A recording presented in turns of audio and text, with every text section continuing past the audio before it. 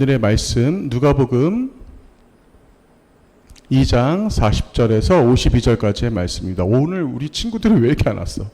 참, 이게 제가 기도가 부족한 것 같습니다. 참, 이렇게. 오늘 유난히 더 안 왔네. 헌규 앞으로 조금만 와줄래? 너라도 좀 채워줘. 오케이. 자, 누가복음 2장입니다. 누가복음 2장 40절에서 52절까지 우리 같이 교독하면서 말씀 읽겠습니다.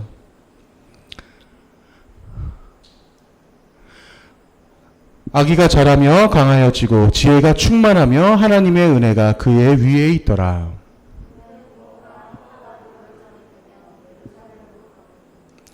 예수께서 12살 되었을 때 그들이 이 절기의 관례를 따라 올라갔다가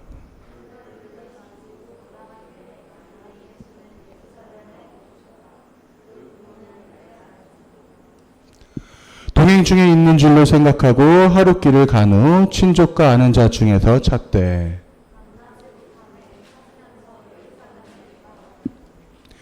사흘 후에 성전에서 만난즉 그가 선생들 중에 앉으사 그들에게 듣기도 하시며 묻기도 하시니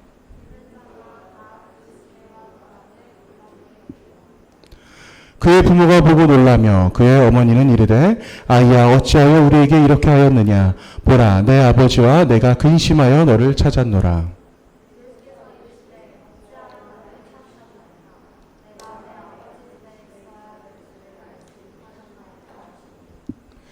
그 부모가 그가 하신 말씀을 깨닫지 못하더라.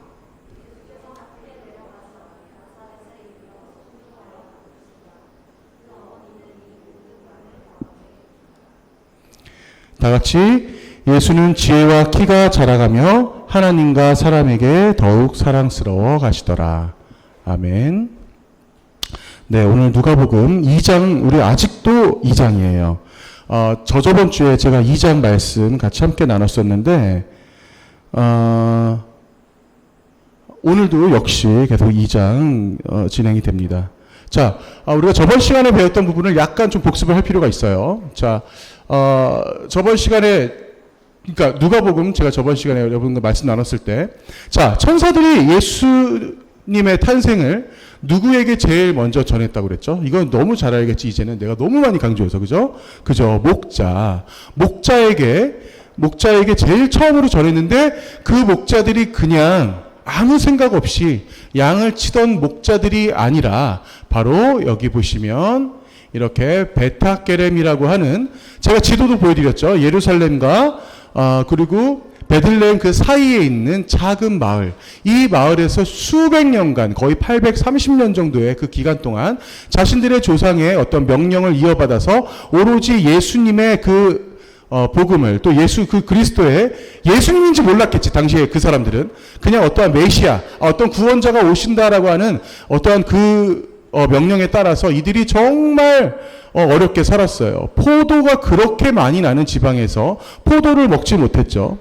포도를 기르지 못했어요. 그 포도주를 먹지 못했고요. 그리고 자신의 거주지를 갖지 못했고요. 그리고 또 하나, 경작을 하지 못했어요. 경작을 하지 못하게 했습니다. 그 수백 년 전의 조상의 그 명령을, 여러분 생각을 해봐. 내 증조할아버지 얼굴도 우리는 모르잖아. 그죠? 내 증조할아버지 얼굴도 기억이 안 나는데, 기억이 안 나는 게 아니라 못 본 사람들도 많을 거야. 그지? 그런데도 불구하고 자신에게 있어서 그 수백 년 전에 그 선조에 했던 그 명령에 따라서 그들이 살아갔는데, 그들의 살아가는 게 그냥 살아간 것이 아니라 그들 마음속에 깊은 소망이 있었다. 그 깊은 소망이 바로 뭐다? 바로 메시아다라는 거였어요. 그런데 말도 안 되게 정말 천사가 와서 어느 날 조용히 말해주고 하는데 깜짝 놀랐던 거지. 와, 대박. 진짜였어? 아니, 그 조상들이 그동안 말했던 게 진짜였어? 하면서 그 소식을 미친 듯이 달려가서 마리아와 요셉에게 전해주면서 그 예수님의 탄생까지도 직접 맞이하게 되는 아주 놀라운 영광스러운 그들의 인생을 맞이하게 된다는 겁니다. 네. 자, 그러면서 예수님께서 태어나셨죠. 그게 바로 저번 주까지 제가 여러분들과 함께 나눴던 말씀이에요. 오늘 말씀을 전하는 데 있어서 잠깐 제가 어떠한 기사를 하나 가져왔어요. 이거 한 3일 전에 인터넷 뉴스 기사로 여러분 혹시 본 사람 있는지 모르겠어요. 이거 잘 보이나? 이스라엘 사막 동굴서 1900년 전 성경 사본 조각 발견, 이런 기사가 며칠 전에 떴습니다. 인터넷에. 자, 이게 무슨 말이냐면 지금으로부터 1900년 전이에요. 그럼 1900년 전이면 이미 예수님께서 고난받으시고 부활 승천하신 이후에, 그때 이후에 만들어진 그 성경 사본이에요. 그런데 이 성경 사본이 이제 중요한 게 어디냐면, 여기 나왔나? 구약성서, 스가랴와 나훔서. 스가랴와 나훔은 구약성서에 있는 선지서입니다. 예언서예요, 예언서.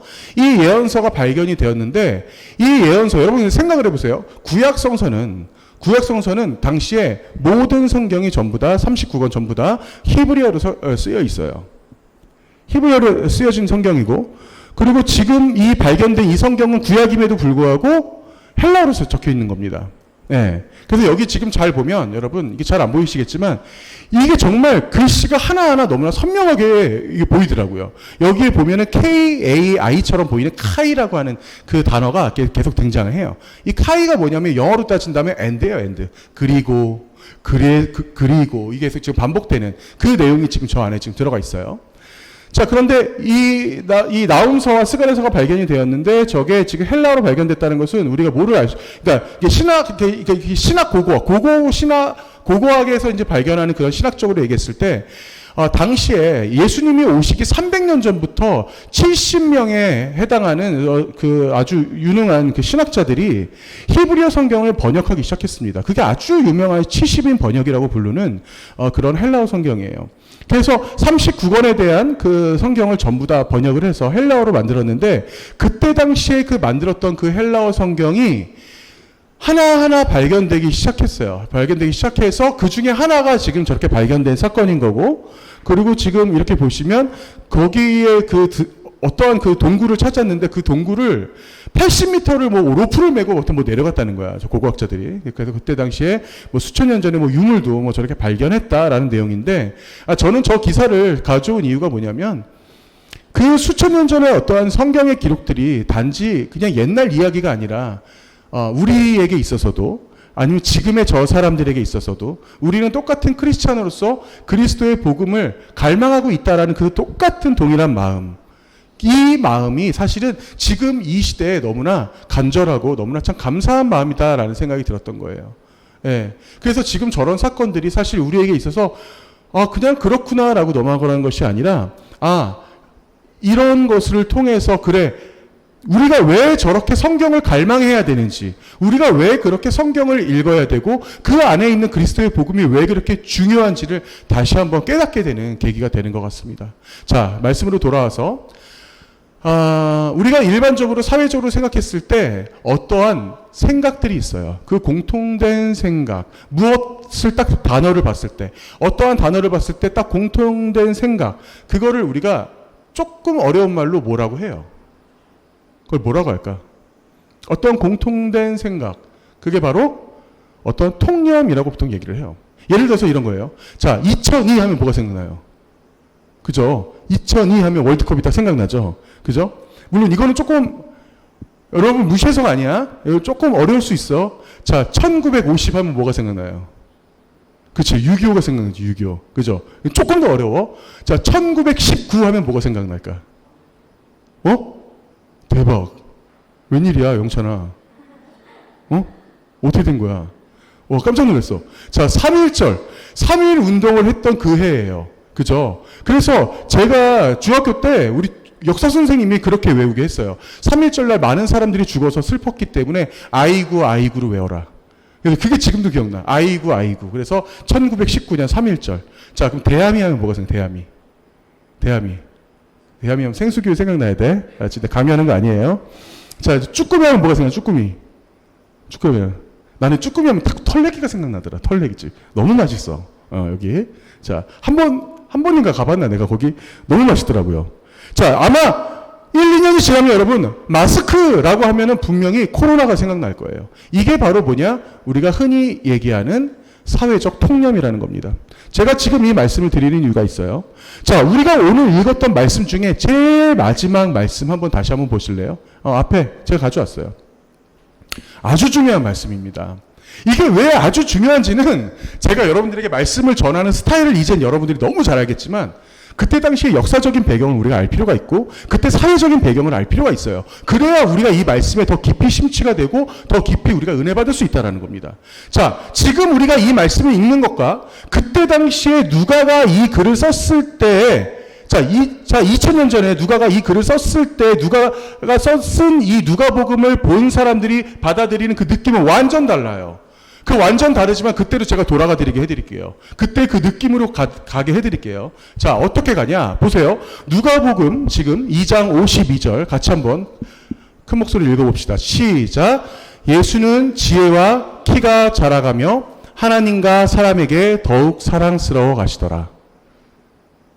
자, 너무나 평이한 한 개의 문장입니다. 자, 제가 또 한 개의 말씀을 보여드릴게요. 자, 저 앞으로 수천 년 전으로 넘어가서 사무엘상입니다. 사무엘상 똑같이 2장이에요. 2장 26절 말씀 같이 한번 읽어보겠습니다. 시작. 아이 사무엘이 점점 자라매 여호와와 사람들에게 은총을 더욱 받더라 라고 되어 있어요. 어때요? 느낌이 너무 비슷하지 않아요? 그죠? 자, 다시 한번 보실래요? 자, 예수는 지혜와 키가 자라가며 하나님과 사람에게 더욱 사랑스러워 가시더라. 자, 사무엘상 아이 사무엘이 점점 자라매 여호와와 사람들에게 은총을 더욱 받더라.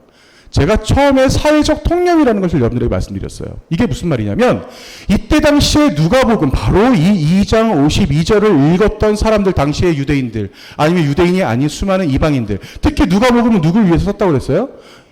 누가복음 같은 경우는 이방인들을 위해서 누가가 썼어요. 근데 이미 그때 당시에는 성경 자체가 수많은 사람들에게 보편화됐던 시절이었기 때문에 많은 사람들이 이스라엘 역사와 그리고 모세 오경을 포함한 그러한 구약 성서를 좀 수도 없이 읽었을 뿐만 아니라 그때 당시에 바리새인, 사두개인, 우리가 흔히 예수님께서 독사의 자식들을 욕했던 이런 사람들은 이미 달달달 외우고 다녔던 그러한 성서 중에 하나가 바로 또 사무엘하예요. 자, 그런데 그때 당시에 이 사람들이 딱 이 말씀을 봤을 때 어떤 느낌을 가졌을까? 그렇다면 자, 누가복음이 쓴 저 2장 52절. 자, 저 말씀을 딱 봤을 때 그때 당시의 사람들이 우와, 예수님의 탄생이 사무엘상에 나오는 사무엘의 탄생과 상당히 비슷하네라고 느끼면서 어떤 생각을 가지냐면 사무엘에 대한 그 사람을 생각하겠죠.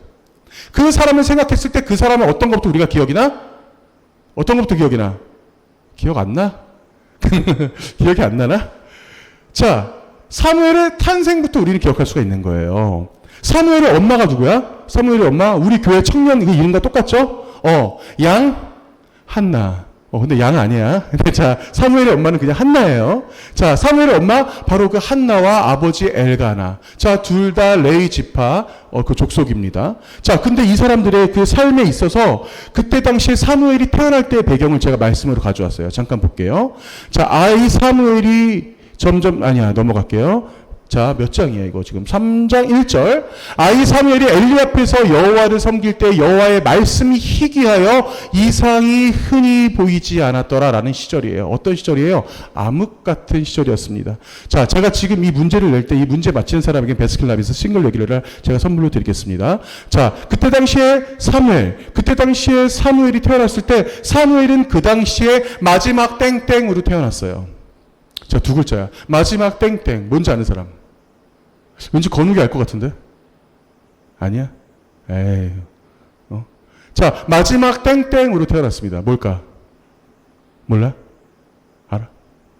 마지막 사사로 태어났어요. 마지막 사사. 그때 당시에 우리가 사사기 있죠, 사사기. 제가 늘 말씀드리잖아. 그때 당시에 이스라엘의 뭐야? 이스라엘의 히어로. 이스라엘을 구해주는 이스라엘의 어벤져스라고 제가 얘기를 했잖아요. 그죠?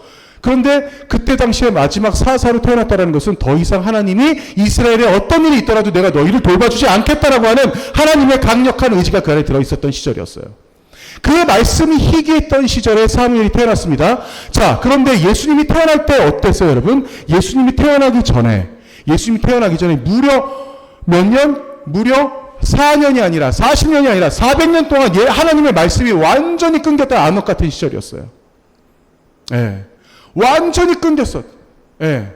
그 시절 같은 경우 예수님이 태어나기 전까지 400년간 하나님의 말씀을 어떤 선지자에게도 조금도 전해지지 않았던 암흑 같은 시절이에요. 어때요? 느낌이? 너무 비슷하죠. 그것을 알려주기 위해서 누가가 2장 52절에 이 말씀을 사무엘서에 있는 말씀처럼 기록했다라는 거예요. 우리가 이 시절에 이 말씀을 보면은 그래서 그 어떤 그 특징들을 볼 수 있습니다. 그래서 사무엘은 결과적으로 이제 태어나서 좀 사무엘 같은 경우는 그래도 좋은 집안에서 태어나긴 했는데 완전히 그때 당시의 시대가 어때요? 완전히 무법의 시대에 살고 있었어요. 자, 그런데 우리가 사실 여러분 어때요? 제가 말씀을 요즘에 어떻게 전해요? 지금 거의 1년 다 돼가는데 제가 한 주는 사무엘상 전하고 한 주는 제가 누가복음 전하잖아요. 근데 사실 제가 이 말씀을 준비하면서 어떤 면에서는 되게 소름이 돋았어. 왜냐하면 저도 누가복음 말씀을 누가복음을 우리 아이들에게 내가 말씀 선포를 해야 되겠다라고 결정할 때까지 누가복음 2장 52절 말씀이 이렇게 사무엘상과 기가 막히게 매칭이 될지는 저도 꿈에도 몰랐어요. 이 말씀을 준비하는 과정에서 저도 알게 된 사실인 거예요. 근데 우리가 마침 사무엘상을 같이 함께 나눴잖아. 그죠? 그러니까 더 이 말씀이 더 은혜가 되더라고요. 자, 지금 보세요. 자, 지금 근데 여러분, 여기서 기가 막힌 게 뭐냐면, 말씀이 희귀하여 라고 나오죠. 이거는 신학적으로, 영적으로 상당한 의미를 가지고 있습니다. 왜냐하면 보세요. 사무엘이 자라면 여호와께서 그와 함께 계셔서 그의 말이 하나도 땅에 떨어지지 않게 하시니 라는 말씀이 나와요. 자, 사무엘이 결과적으로 지금 자라매 라고 나오죠. 사무엘이 자라매 그의 말이 하나도 땅에 떨어지지 않았다. 제가 말에다가 지금 빨간 밑줄 쳤죠? 자, 위에 다시 한번 보실래요? 말씀이 희귀하던 시절에 사무엘이 그의 말이 땅에 떨어지지 않았다는 거예요. 사무엘이 자라매. 자, 제가 지금 이걸 강조하는 이유가 있습니다. 제가 오늘 PPT는 안 가져왔는데 요한복음 1장 1절 한번 보실래요? 요한복음 1장 1절. 자, 요한복음 1장 1절을 보면 아주 중요한 부분이 나옵니다. 자, 다 같이 한번 읽어볼게요. 시작. 태초에 말씀이 계시니라. 이 말씀이 하나님과 함께 계셨으니 이 말씀은 곧 하나님이시라. 이 말씀이 뭐라고? 곧 하나님. 이 말씀은 누구야 그러면? 이 말씀 누구예요? 성경에 헬라어에는 로고스라고 나옵니다. 말씀. 로고스라고 나오지만 그 로고스라는 것은 말씀이 아니라 곧 진리를 얘기합니다. 그 진리는 뭐냐? 바로 예수 그리스도를 얘기하는 거예요. 그러면 예수 그리스도를 요한복음 1장 1절에서 뭐라고 표현했어요? 바로 말씀으로 표현했다라는 거예요. 그렇다면 오늘 사무엘상 보세요. 그럼 사무엘상에서 여기서 말하는 이 말, 곧 예수님을 의미하는, 예수님을 표징하는 상징이 된다라는 거예요. 이미 구약시대 수천 년 전부터 예수 그리스도에 대한 이 상징성이 아주 오랫도록 두드러지는 것을 우리는 볼 수 있어요. 이 땅에 예수님께서 육신으로 오시고 곧 뭘로 오셨어? 곧 말씀으로 오셨다라는 사실을 우리는 알 수가 있다라는 겁니다. 우리가 성경을 사실 이렇게 구약과 같이 매칭돼서 우리가 이 성경을 공부해 나갈 때 그 안에 상당한 은혜가 있어요. 왜 은혜가 있냐면 구약 39권이 우리가 구약 39권 너무 긴 책이기도 하지, 물론 책이기도 하지만 어느 순간 공부하는 와중에 읽다가 보면 결과적으로 그 모든 포인트와 메시지가 예수 그리스도로 모아진다는 걸 알 수 있어요. 이 구약 성경은 이미 수천 년 전부터 차례대로 쓰여지기는 했지만 그 안에 어쩌면 이렇게 기가 막히게 예수 그리스도의 메시지가 하나같이 들어가 있는지 참 놀라울 때가 많이 있습니다. 자, 다시 돌아가서 누가복음 2장 41절 자 볼게요. 자, 그의 부모가 해마다 6월절이 되면 예루살렘으로 가더니 라는 장면이 나와요. 자, 41절 말씀이에요. 자, 이때는 지금 때가 어느 때냐? 자, 지금 마리아와 요셉이 해마다 어떤 명절이 되면 예루살렘으로 가서 거기 가서 이제 하나님 앞에 제사를 드리는 이런 문화가 있어요. 이런 문화가 있는데, 자, 여러분 6월절도 우리가 기억할 필요가 있어요. 자, 6월절이 어떤 날이에요? 뭐를 기념했던 날이지? 6월절 같은 경우 이건 다시 한번 제가 설명합니다. 모세가 이스라엘 백성들을 이집트에서 끌어낼 때 하나님의 명령으로 인해서 10가지 재앙이 거기 벌어지죠. 그렇죠. 근데 마지막에 바로가 견디지 못했던 재앙이 바로 뭐예요? 바로 장자의 죽음이었어요. 우리 집안의 장자의 죽음을 피하기 위해서 문설주에다가 양의 피를 발랐단 말이죠. 양의 피를 발라서 6월 우리 집은 넘어가게 해주십시오라는 그 의미로. 그래서 양의 피를 발라서 결과적으로 양의 피를 발랐던 이스라엘 민족들, 그때 당시 히브리 민족들은 전부 다 그러한 재앙을 피할 수 있었던 사건입니다. 그것을 기리기 위해서 만든 것이 바로 유월절이고, 그 유월절의 상징이 되는 거. 다 죽음을 면할 수가 없지만, 모두가 다 죽을 수밖에 없는 존재지만 우리는 구원하셨습니다 라고 하는 그 유월절의 강력한 의미가 있는데, 그 의미가 바로 깊숙이 들어가 있는 게 바로 예수님이에요. 왜냐? 우리는 예수님 때문에 구원받은 존재들이잖아. 그죠? 우리는 예수님 때문에 죄에서 우리는 벗어날 수 있었잖아. 그죠? 그렇기 때문에 유월절의 큰 상징은 곧 뭐다? 예수님이에요. 근데 오늘 어떤 일이 벌어져요? 그의 부모가 해마다 유월절이 되면 예루살렘을 갔어요. 그죠?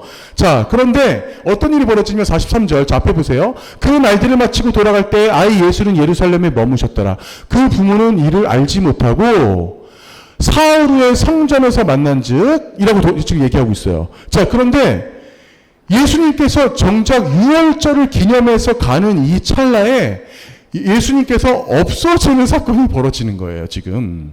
예. 예수님이 없어졌는데 그 사실을 지금 부모가 몰라. 여러분들 이게 이것도 사실 상징적인데, 지금 이때 당시에 예수님의 나이가 몇 살로 나와요? 성경에? 예수님의 나이가? 그죠? 12살로 나오죠. 제가 늘 말씀드리지만 제가 성경을 통해서 한 4-5번 정도 말씀드렸어요. 성경에서 12라는 숫자는 굉장히 상징적입니다. 완전 숫자예요. 그래서 혈루증에 걸릴 여인 12년간 앓았어요. 그 야이로의 딸 12년간 병을 앓다가 죽기 직전에 예수님 만납니다.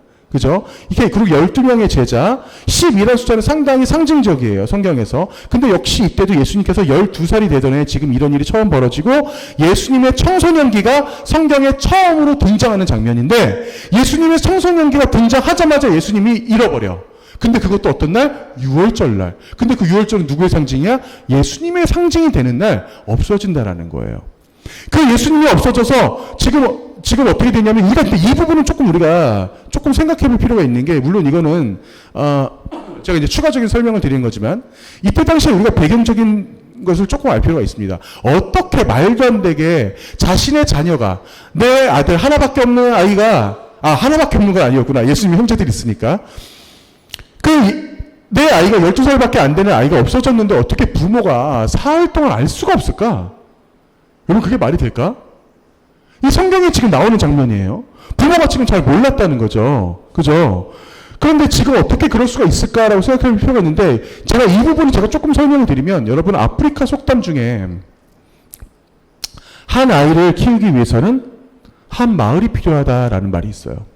예. 이때 당시에는 이미 특히 이스라엘 민족들 같은 경우는 워낙 유대 관계가 튼튼하고 그 가족 간에, 친족 간에 그 공동생활을 이루는 어떠한 그런 문화가 있었기 때문에 거의 내 아이든 남의 아이든 공통적으로 다 같이 키워주고 같이 길러주는, 우리 옛날에 시골에서도 그랬잖아요. 정말 옆집 옆집 아줌마만 있어도 내 아이가 내 집에서 나 없이 혼자 놀아도 또 아무런 걱정 안 하는 이제 그런 시대를 우리가 산 적도 있었지만, 이때 당시에 이스라엘 문화도 이제 그런 문화였다고 해요. 그래서 내 아이가 잠시 없어졌다 하더라도 뭐 어디 고모한테 가 있겠지, 뭐 어디 이모한테 가 있겠지, 이런 생각으로 아마 이 아이를 내려놨던 것 같아요. 자, 그런데 지금 예수님을 어떻게 만나요? 사흘 후에 성전에서 만나는 사건이 벌어집니다. 사흘 후에 성전에서 만나고, 그 성전에서 예수님께서 직접 어떠한 말씀을 듣기도 하면서 묻기도 하면서 거기서 어떤 말씀을 가지고 토론하는 장면이 등장해요.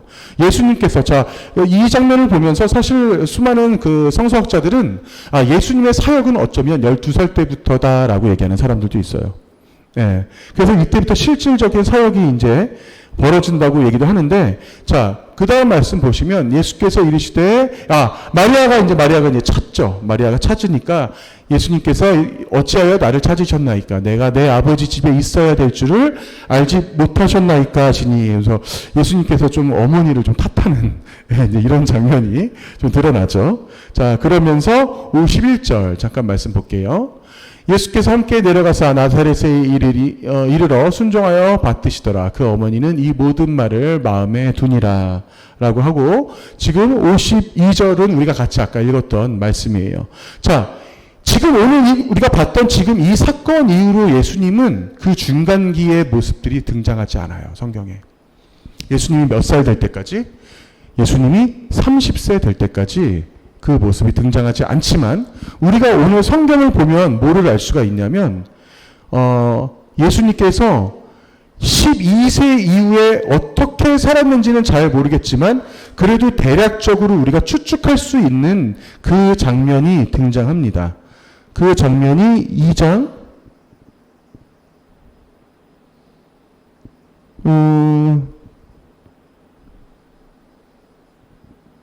어디서 여러분 혹시 말씀 찾았나? 자, 2장 51절, 50절. 자, 52절. 자, 제가 지금 이 숫자를 제가 찾고 있는데 지금 숫자가 안 나타나는데, 자, 제가 설명을 드릴게요. 18해, 예, 18해 동안 예수님이 어떻게 살았는지 잘 나오진 않지만 예수님께서 가정을 돌보면서 살았다라고 나와요. 자, 이게 아주 짧게 지나가긴 하지만 여기서 중요한 장면이 나옵니다. 가정의 일도 예수님의 사역의 일부였다라는 사실이에요. 사실은. 12살에 예수님이 사역을 시작했다고 우리가 봤을 때 실질적으로 그 18해 동안 예수님께서 성경에 등장하지는 않지만 가정을 돌보면서 순종하면서 살았다고 성경이 나오거든요.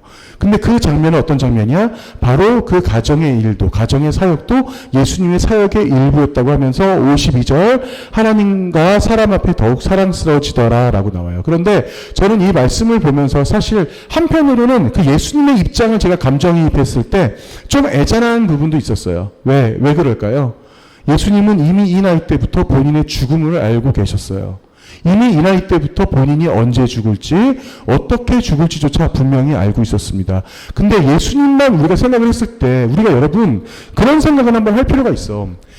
우리가 하나님께서 우리에게 말씀을 주신다고 생각을 해봐. 하나님께서 나에게 어떠한 말씀을 주셔서 사무엘처럼, 네, 하나님, 제가 주님만 따르겠습니다. 라고 생각할 수 있어요. 자, 이번에는 부활승천하신 이후에 어떤 성령의 능력이 우리에게 왔어요. 그래서 갑자기 뜨거운 물이 내려서 막 영천이가 갑자기 방언으로 얘기하고 막 옆에 있는 사람들에게 막 병을 고쳐주고 막 이런 엄청난 능력이 생겼어. 하나님의 그 은혜 가운데.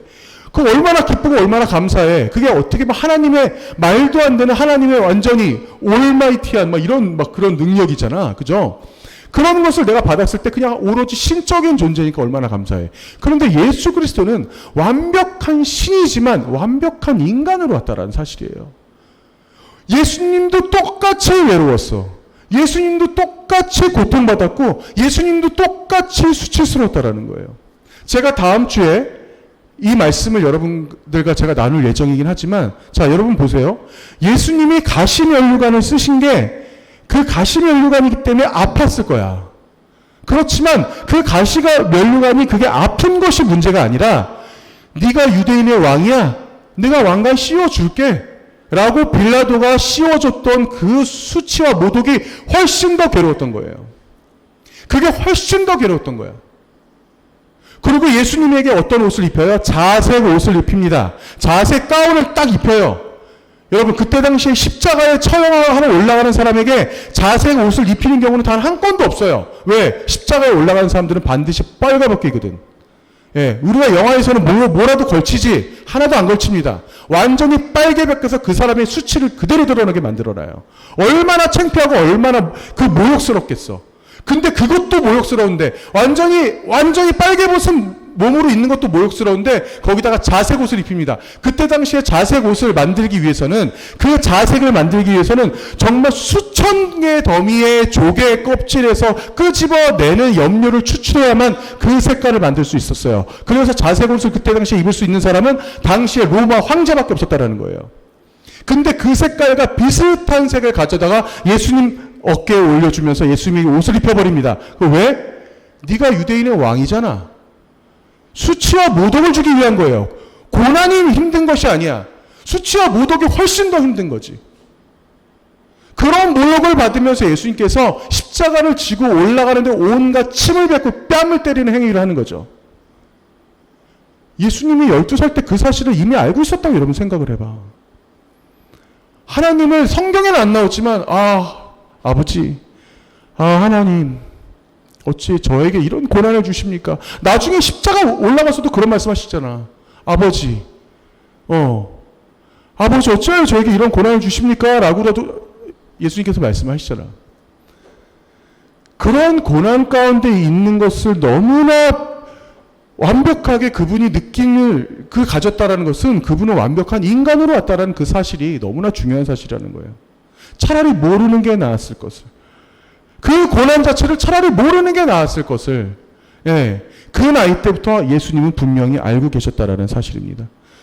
여러분들 지금 나이에 여러분 교회 다니는 것을 굉장히 기쁘게 생각하셔야 돼요. 감사하게 생각해야 됩니다.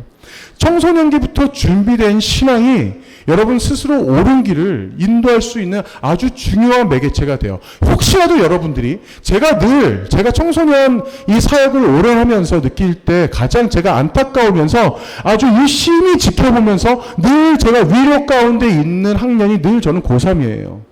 저는 고3들을 항상 많이 위로하고 그분들을 유심히 지켜봅니다. 왠지 알아요? 왠지 알아요? 그 아이들이 수능 때문에 어떤 인생의 전환점이기 때문에 더 그런 것도 있지만 고3들이 이것들이 졸업하고 나서 교회를 떠나는 경우들이 너무나 많아. 대학에 가서 벌써 OT부터 시작해서 술을 퍼마시고 MT를 가고 MT를 가다가 또 술을 먹고 예, 거기서 또 이성을 만나고, 그러면서 여러 가지 어떠한 그 각가지 이유들을 통해서 전도사님 죄송해요. 다음 주는 갈게요. 다음 주는 제가 교회 가겠습니다. 다음 주는 꼭 가겠습니다. 전도사님 죄송해요. 까지도 너무 좋아. 그다음부터 연락을 안 받아. 연락 안 받고, 어느 순간 잠적을 하고, 이 친구가 이 땅에 있는지 없는지도 모르는 그런 사건들이 벌어질 때가 너무 많아! 영찬 알았지? 배신하면 안 돼. 자, 그렇기 때문에 그런 친구들 제가 위해서 많이 기도하고 많이 이제 위로하고 하지만, 그런데 여러분 그래도 교회에서 신앙생활을 하면서 자랐던 친구들은 나중에 성인이 돼서도 그래도 돌아올 수 있는 그 작은 희망과 길이 생긴다. 정말로. 제가 30대 후반 40대 이러한 그 나이가 되었을 때 교회 다시 오시는 분들을 이렇게 상담을 해보면 그분들이 제가 어렸을 때 제가 그때 중학교 때 정말 열심히 교회 다녔어요. 제가 그때 정말 뜨겁게 기도도 했었는데 어쩌다가 먹고 살다 보니 제가 교회랑 멀어져서 이런 분들이 되게 많아요. 예. 여러분들 그렇다고 내가 중간에 떠나가 있어야 하는 얘기는 절대 아니야. 그 안에 예수님 오시면 끝장난다 아주. 그러니까 여러분들 끝까지 그 하나님 믿음 가운데 있는 것이 너무나 중요한데, 그 믿음 가운데 있는 그 신앙이 여러분들의 삶을 아주 중요하게 지지하는 그 기반이 될 거라는 겁니다. 예수님께서 이 어린 시절부터, 예수님은 당연히 신적인 존재지만 예수님께서 이 어린 시절부터 그 예수님의 그 모습을 보여주시고 예수님의 말씀이 시작됐어요. 여러분, 이 땅에는 수많은 종교가 있지만 제가 신학교에서 그 첫 강의 때 그런 것들을 배웠거든요. 우리가 하나님을 어떻게 아는 걸까? 라는 어떤 그런 질문을 교수님이 던지시더라고. 근데 늘 어렸을 때부터 저도 신앙생활을 했기 때문에 그런 생각을 해본 적이 없었지만, 다른 종교와 조금 독특하게도 봐봐요. 여러분, 우리가 하나님을 어떻게 알고 있지?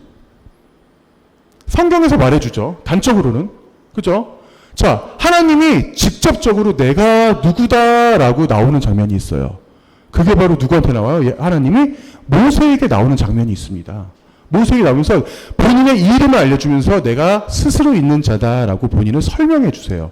자, 이 장면이 너무나 중요한 장면인 게 뭐냐면, 특히 우리의 신앙 가운데 너무나 중요한 장면인 게 뭐냐면, 하나님이란 존재는 인간이 만든 어떠한 대상이나 어떠한 모티브가 아니야.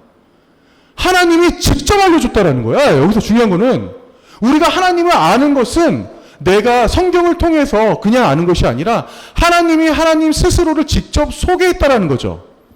그 말씀을 그대로 모세가 받아 적어서 하나님의 말씀을 우리가 직접 눈으로 보고, 하나님이 하나님 스스로를 직접 소개하고 있는 장면, 하나님이 직접 본인을 소개하고 있는 장면을 보면서 우리는 하나님을 알게 됐다는 이 사실관계가 너무나 우리에게 중요한 신앙 고백이 될 거예요. 하나님 살아계시군요. 하나님 저와 함께 하셨군요. 오늘 우리 같이 불렀던 찬양 얼마나 은혜예요. 예, 내 옆 사람, 내 식구, 내 부모, 내 자녀 때문에 예수님이 오신 것이 아니라 우리 때문에, 나 때문에 이 땅에 오셨던 그 주님을 생각하면서 우리들 뜨거운 마음으로 정말 이 땅에서 주님 앞에 고백하며 나갈 수 있기를 소원합니다. 같이 우리 같이 찬양하실 텐데 제가 엊그저께 금요일 날에도 이 찬양을 했어요. 그런데 이 찬양이 제가 사실 분당 우리 교회에서 처음 들었던 찬양인데 너무 은혜가 되어서 여러분들과 함께 나누고 싶었습니다.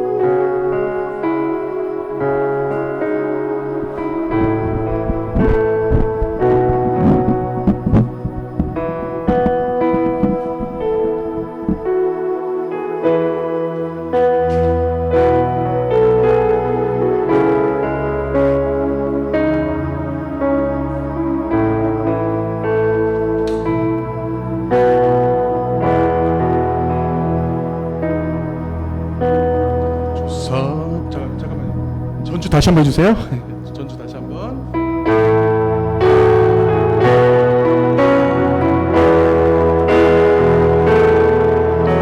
주 살아난 능력으로 함이시네 그 크신 발로 날 붙드시네 절망 속에도 흔들리지 않고 사랑하는 주 얼굴 보아리 주 선한 능력으로 함이시네 그 크신 발로 날 붙드시네 절망 속에도 흔들리지 않고 사랑하는 주 얼굴 보아요 선한 능력으로 일어서리 주만을 지어리 믿음으로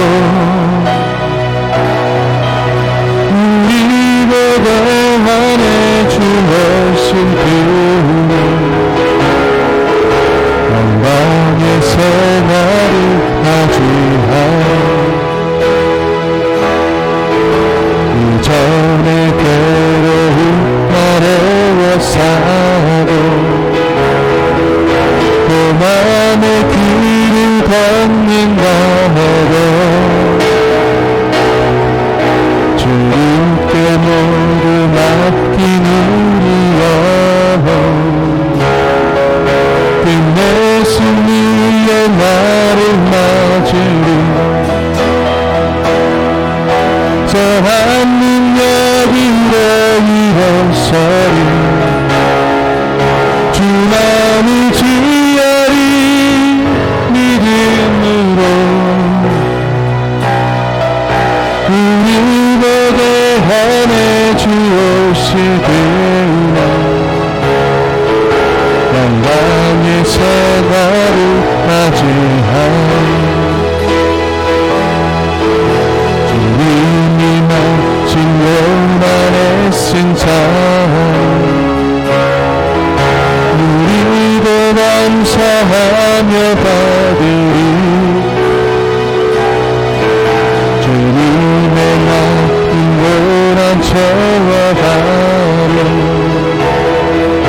예수와 복음 위에 살리라 선한 능력으로 일어서리 주만을 지어리 믿음으로 우리 고대 안에 주오시구나 승리의 새날을 맞이하여 선한 능력으로 일어서리 하늘 지어리 믿음으로 우리 고대 안에 주오시구나 영혼의 생활을 맞이하 선한 능력으로 일어서 서리 주만을 지으리 믿음으로 우리 보게 하네 주 오실 그날 승리의 새날을 맞이하리 승리의 새날을 맞이하리. 이 시간 오늘 하나님 주신 말씀을 기억하면서 우리 각자 나 스스로를 위해서 기도하겠습니다. 하나님 감사합니다. 오늘 이 말씀 가운데 이 주신 말씀처럼 저희들이 주님 그 은혜 가운데 살아가기를 원합니다. 오랜 세월 수천 년 전에 주님께서 그 주셨던 말씀이 단지 이스라엘 역사가 아니라 나의 마음속에 나의 영혼 속에 깊숙하게 주님의 메시지를 꽂히는 것을 저희들이 알 수 있습니다. 주님 감사합니다. 이 땅에 주님께서 나를 위해 십자가에 못 박히신 그 주님의 은혜에 감사합니다는 마음으로 다 같이 한 마음 같이 기도하시겠습니다. 하나님 감사합니다. 주님께서 우리 아이들 통해서 역사하여 주시옵소서. 이 아이들 통해서 주님께서 함께 하시며 언제나 저희들이 주만을 바라보는 그 믿음 가운데 거할 수 있도록 주님께서 도와여 주시옵소서. 우리 아이들 하나하나 주님께서 머리 위에 앉으시며 이 아이들 가운데 앉아 마음의 병이 있다면 아무튼 육체의 병이 있다면 집안의 문제가 있다면 개인적인 문제가 있다면 그 모든 것도 주님께서 하시오니 주님께서 해결하여 주시옵소서. 아버지 뜨거운 마음으로 다시 또 주만 바라보는 마음으로 나갈 수 있기를 원합니다. 이 아이들 얼마나 아버지 연약합니까? 오로지 주님 아니면 어떠한 삶을 살아갈 수 없음을 다시 한번 고백하며 나가는 우리 아이들 될 수 있도록 주님께서 그 뜨거운 마음을 주시옵소서. 함께하여 주시옵소서.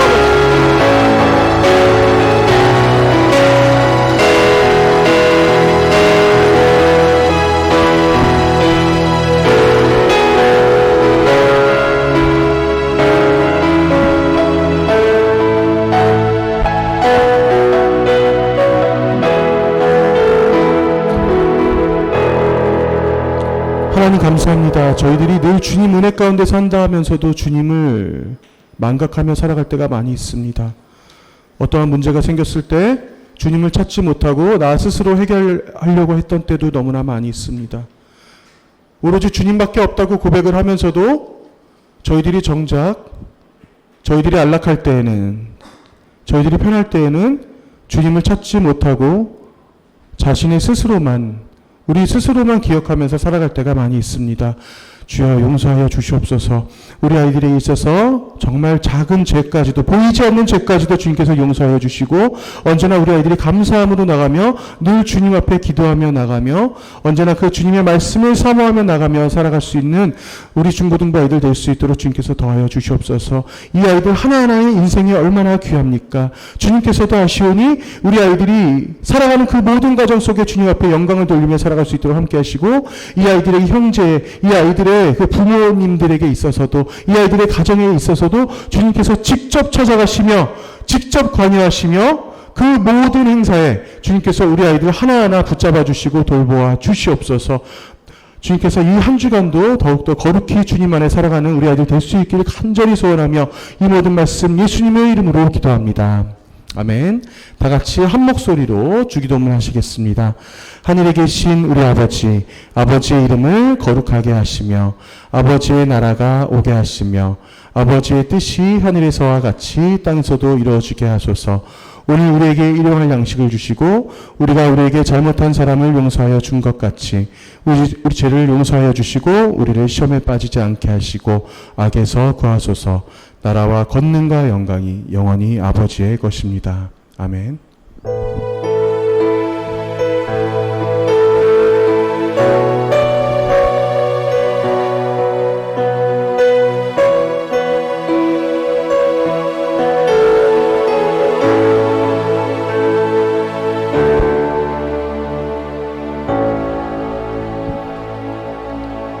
네, 광고 전하겠습니다. 오늘도 예배 후에 셀별로 모여서 우리 친구들, 선생님들과 같이 나눔해 주시고, 그리고 개인적인 어떠한 기도 제목이라던가 이런 거 같이 공유할 수 있었으면 좋겠어요. 일단 오늘 우리 계속 같이 함께 나누고 있지만 3월 암송 말씀 같이 한번 보겠습니다. 다 같이 한번 저번 주에도 우리 친구도 잘 읽던데 같이 한번 읽어보겠습니다. 자, 시작. John answered them all. I baptize you with water, but one more powerful than I will come. The songs of whose sandals I am not worthy to untie. He will baptize you with the Holy Spirit and with fire. 자, 오늘 이 말씀 이제는 좀 알겠지, 그죠? 이 말씀 어떤 의미인지 알겠죠? 자, 요한이 그들에게 모든 것을 대답하여 이르되 나는 물로 밥티즈 나는 물로 너희에게 세례를 주지만 그렇지만 곧 오실 분, 그 곧 오실 분은 어떤 분이야? 바로 파워풀, 굉장히 능력이 많으신 분인데 나는 그분의, 자 여기 제가 이 표현 되게 너무 좋다고 제가 말씀드렸죠. The soles of whose sandals. 그래서 나는 그분의 신발끈을 풀기도 두렵다, 너무 송구스럽다라는 이 표현. 이 정말 이 사도 요한의 신앙 고백입니다. 아, 죄송해요. 사도 요한이래. 세례 요한의, 정말 이 세례 요한의 그 신앙 고백이에요. 근데 이 세례 요한 여러분, 제가 이거 참고로 말씀드리지만 되게 비참하게 죽어요. 예, 목이 잘려 죽습니다. 예, 정말 그 안타까운 죽음을 맞이하지만 그래도 그는 사명을 다하고 죽긴 해요. 자, 그래서 신발끈을 풀게 감당하지 못하겠습니다. 그는 어떻게 세례를 줘요? he will baptize you with the Holy Spirit and with fire. 그래서 그는 성령과 그리고 불 같은 성령으로 너희들에게 세례를 줄 것이다 라는 어떤 이런 장면입니다. 우리가 여러분들도 더 뜨거운 그 성령의 은혜 가운데 거할 수 있길 소원합니다. 자, 그러면 예배 마치고 자 셀별로 모여주시고 그리고 마지막에 간식 받고 돌아가 주세요. 감사합니다.